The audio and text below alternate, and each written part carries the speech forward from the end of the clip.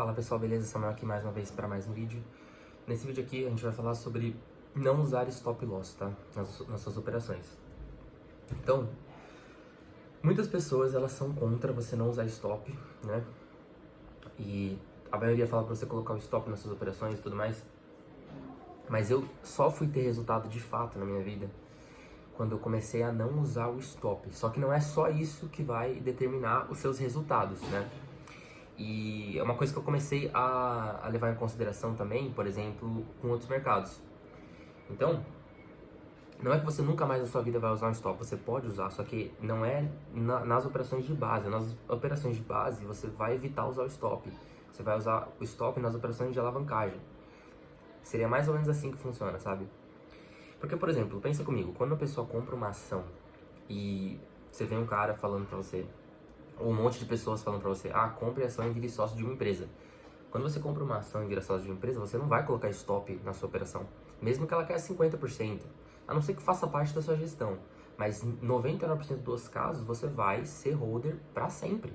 Enquanto a empresa existir, enquanto a empresa for boa, enquanto você tiver motivos, mesmo que ela caia 50%, mas ela ainda te dá motivos para você estar posicionado, você não vai colocar um stop. E aí, nessa maneira, você vai lucrando sempre que o ativo vai subindo, por exemplo.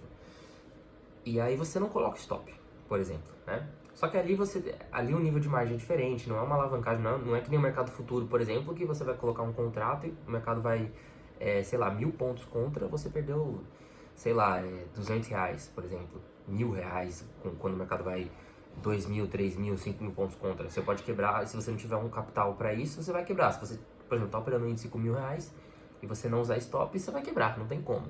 É impossível você operar índice com R$ 1.000 sem usar stop, ou dólar, então, que é pior ainda. Mas por isso que eu falo, não é a falta do stop, é a maneira com que você trabalha. Por exemplo, quando você vai operar o mercado de ações que não tem alavancagem, você consegue deixar lá o tempo que for necessário até ele voltar para o seu preço inicial. E aí isso vale no Forex também. Então, as operações de base que você utiliza, se você não utilizar stop, você vai ter muito mais margem de erro e de manejo de risco. Porque senão você vai ser estopado toda hora. E o que pode acontecer é que você vai começar a sangrar de pouquinho em pouquinho até você quebrar, de tanto você sangrar de pouquinho em pouquinho. E, pessoal, eu já falo isso com experiência, porque eu já tô no mercado há um tempo. Claro que eu tô longe de ser o dono da verdade, mas eu já gerenciei muitas contas, muitas contas. E eu só realmente consegui ter um resultado real e consistente e em todas as contas que eu utilizei, porque não adianta dar certo em uma conta e não dar certo em outra, quando uma das coisas que eu fiz foi não usar stop. Então, você está arriscando todo o seu capital, mas você está arriscando todo o seu capital de qualquer jeito, mesmo usando stop ou não. Só que o que acontece é que quando você está usando stop, às vezes você está alongando esse tempo, mas o risco ele é o mesmo, entende? Então acaba que é um efeito placebo, digamos assim, é quase como se fosse uma ilusão.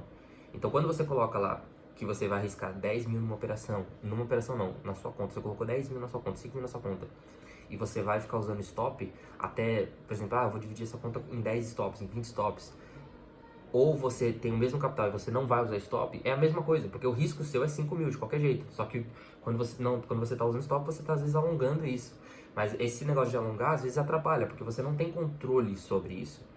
Você tem controle sobre a operação que você abrir, mas você não tem controle sobre o que vai acontecer, por mais que você tenha uma análise boa. Então não utilizar o stop, ele vai te dar um manejo de risco maior, para que você consiga, em determinados momentos, ter lucro, e esse lucro você poder fazer isso consistentemente, né?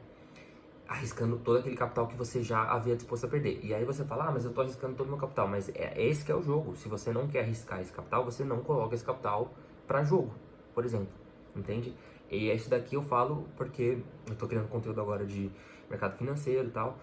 E o que mais deu certo na minha vida foi eu justamente não ter utilizado stop nas operações.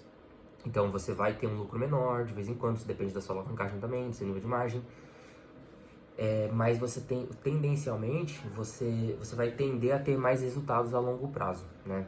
Então, claro que você está sempre suscetível ao erro, você pode pegar um ciclo muito ruim de cara, mas geralmente, pessoal, você vai conseguir ter mais lucros do que perdas, mesmo não utilizando stop. É uma coisa que é bem louca, né? Porque todo mundo ensina a gente a usar o stop, né? E ninguém mostra resultados a longo prazo. A longo prazo eu digo assim, 1 ano, 2 anos, 3 anos.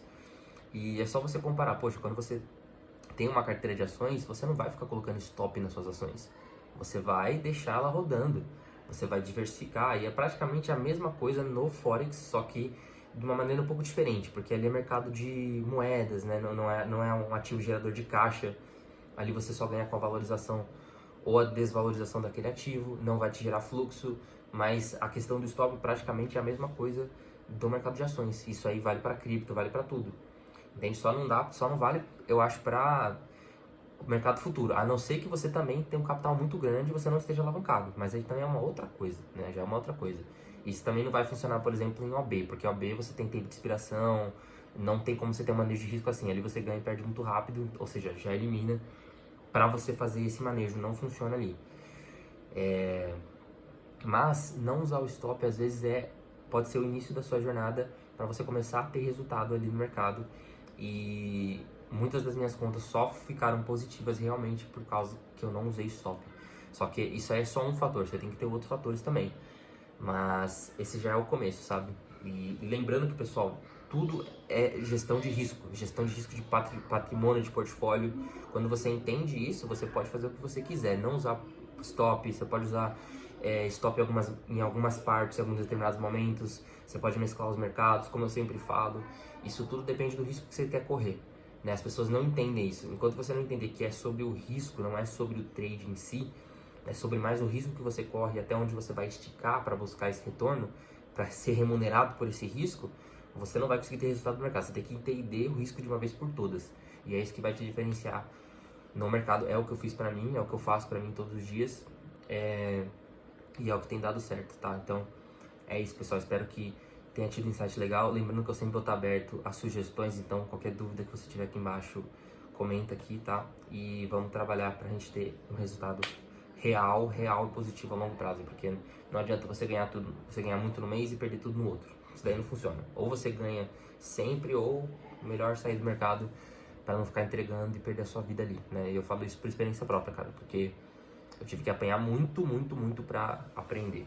Então eu tô aqui hoje para tentar fazer a minha parte, ensinar e facilitar um pouquinho essa jornada para vocês e também continuar evoluindo aí nessa jornada. Então, tamo junto, obrigado, valeu.